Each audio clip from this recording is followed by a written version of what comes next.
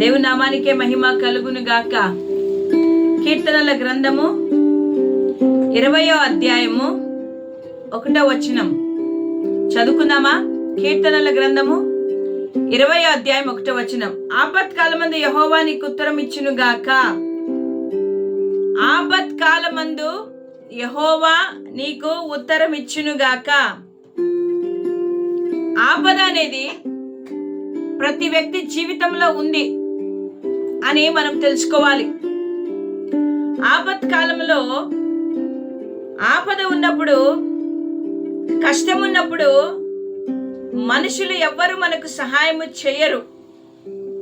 నీకు ఆపద ఉందని తెలిస్తేనే, కష్టం ఉందని తెలిస్తేనే మానవులైన వారు మన నుంచి దూరం వెళ్ళిపోతారు. కానీ ఈ కీర్తనల గ్రంథం 20వ అధ్యాయం 1వ వచనంలో దావీదు భక్తుడు ఆయన ఆపదలో ఉన్నట్టుగా మనం చూస్తూ ఉంటున్నాం.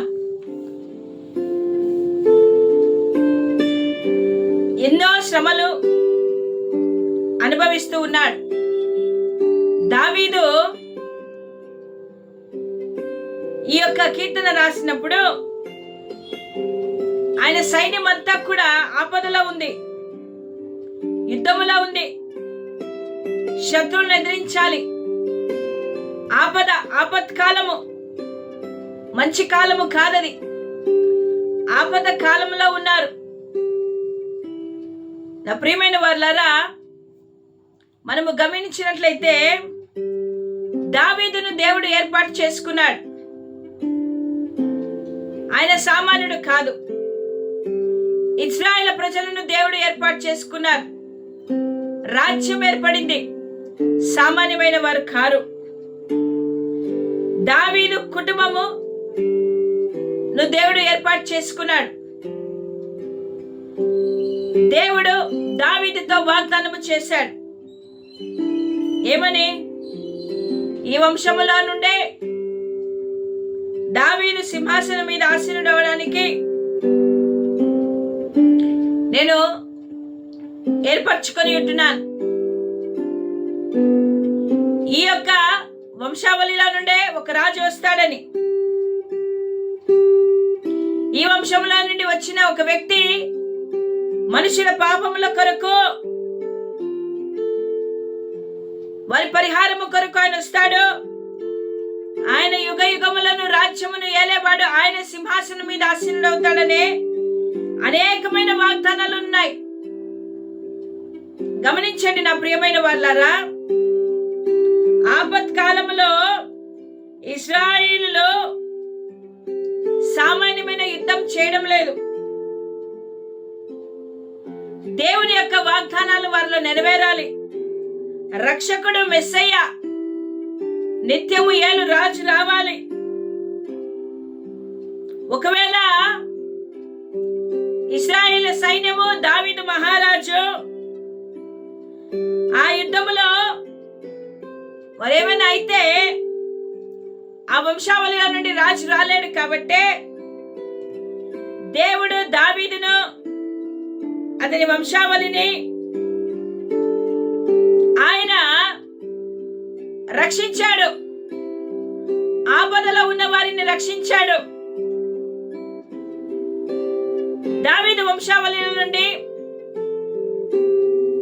రక్షకుడిని పంపిస్తానని మాట ఇచ్చిన దేవుడు వాగ్దానాన్ని నేర్చుకున్నాడు. యేసుక్రీస్తు వంశావళిలో నుంచి వచ్చాడు. హల్లెలూయా. గమనించండి, వాగ్దానము చేశాడు దేవుడు. ఆ వాగ్దానం నెరవేర్చాలి. కాబట్టి ఆపద వచ్చినప్పుడు దేవుడే వారిని కాపాడాడు.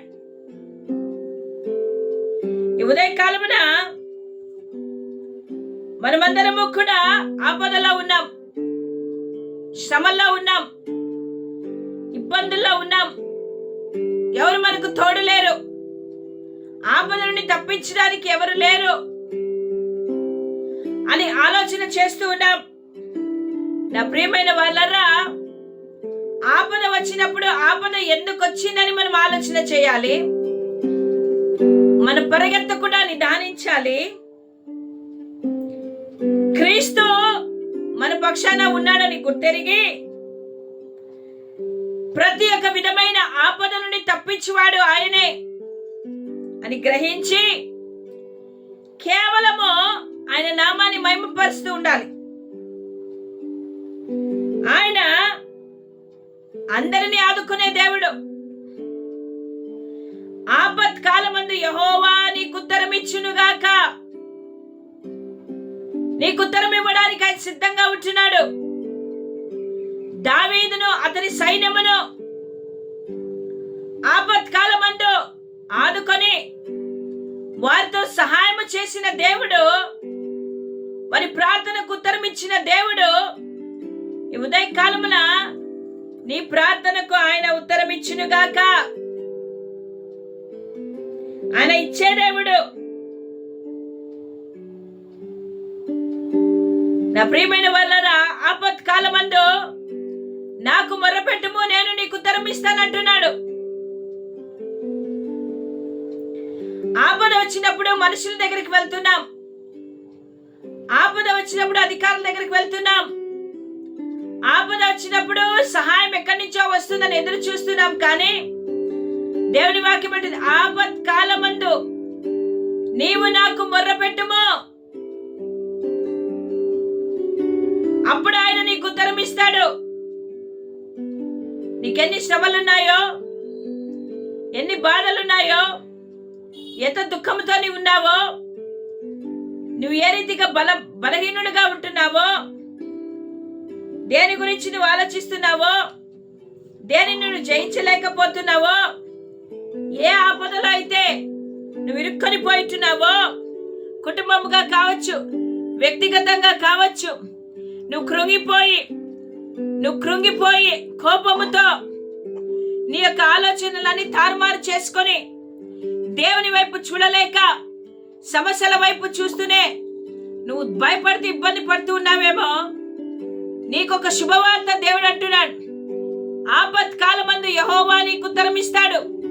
నీవు నమ్మిన నీ స్నేహితులు, నీవు నమ్మిన నీ బంధువులు, నీవు నమ్మిన అధికారులు, నువ్వు నమ్మిన నీ యొక్క సొంత వారు ఒకవేళ నీకు ఉత్తరం ఇవ్వకపోవచ్చు, కానీ జీవము కలిగిన దేవుడు, సజీవుడైన దేవుడు, మాట ఇస్తే తప్పకుండా నెరవేర్చే దేవుడు యెహోవా దేవుడే, యేసయ్యే. ఆపదలో నుండి నిన్ను తప్పిస్తాడు. ఎటువంటి ఊబిలో ఉన్నా కూడా నిన్ను బయటికి తీసుకొని వచ్చి నిన్ను లేవనెత్తగలిగిన దేవుడు ఆయనే. ఉదయకాలమున అంటున్నాడు, యెహోవా నీకు ఉత్తరం ఇచ్చి నిన్ను సహాయం చేస్తాడని. నీవు ఆయనను నమ్మాలి. నమ్ముట నీ వల్ల అయితే నమ్మువానికి సమస్తము సాధ్యమే. నమ్ముకోకుండా అపనమ్మకంతో నువ్వు ఉన్నావేమో, దేవుడు నేను ఆపదలో ఉన్నప్పుడు దేవుడు నాకు సహాయం చేయడు, అయ్యో నాకెవరు లేరే, నేను ఈ యొక్క సమస్యల నుండి బయటికి ఎట్లా రావాలి అని ఇబ్బంది పడుతూ నువ్వు ఒంటరిగా చింతిస్తూ ఉన్నావేమో. నా ప్రియ సహోదరుడా, సహోదరి, చింతించడం ఆపివేసి నీ ఆపద దినమున మనుషుల దగ్గరికి కాదు, కానీ సృష్టికర్త అయిన దేవుడు, సర్వమును ఎరిగిన దేవుడు, సర్వాధికారి అయిన దేవుని దగ్గరికి మనం వెళ్దాము.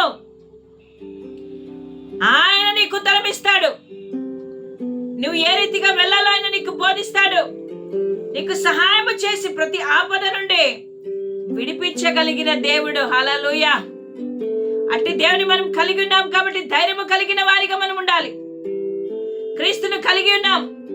విశ్వాసముతో ఆయన వైపు చూస్తూ, దేవా నేను నిన్ను అడుగుతున్నానయ్యా, నేను ఇరుక్కొని ఉంటున్నాను ఆపదల్లో, నన్ను రక్షించు, నన్ను లేవనెత్తు అని అడిగినప్పుడు ఖచ్చితంగా నీకు ఉత్తరం ఇచ్చి నీకు సహాయం చేసే దేవుడు. హల్లెలూయా. నా ప్రియ సోదరుడ, సోదరి, ఆయన నిన్ను నన్ను చేయి వదిలేసి వెళ్ళే దేవుడు కాదు. నిన్ను నన్ను నిర్లక్ష్యం చేసే దేవుడు కాదు. నిన్ను నన్ను త్రోసివేసే దేవుడు కాదు. నిన్ను నన్ను ప్రేమించే దేవుడు. అందుకనే ఆపదలో నువ్వు ఉంటే నీకు ఉత్తరం ఇచ్చి నిన్ను రక్షిస్తాడు. హల్లెలూయా.